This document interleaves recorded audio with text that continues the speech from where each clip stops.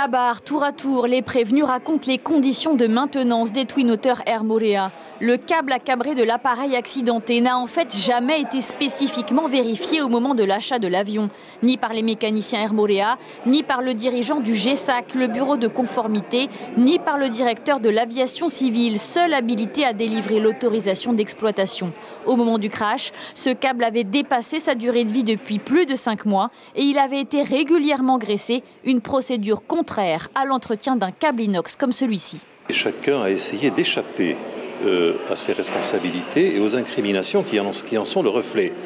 Chacun se voit reprocher des choses précises, parce que c'est bien pour ça qu'il y a un procès, et chacun essaie de dire « écoutez, ce n'était pas mon rôle, ce n'était pas ma mission, ce n'était pas mes pouvoirs ». Le Twin Otter, acheté d'occasion aux États-Unis, avait pourtant été remis à neuf 9 mois avant l'accident. Surnommé un avion brousse, il semblait parfaitement adapté pour la Polynésie, rustique et simple. Mais il était le premier de la flotte avec un câble inox.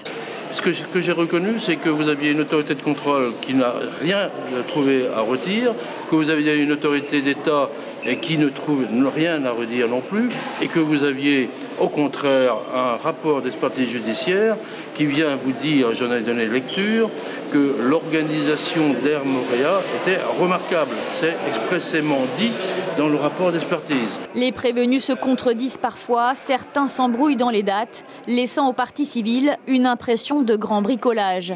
Ils encourent jusqu'à 3 ans de prison, des peines d'amende et une interdiction d'exercer.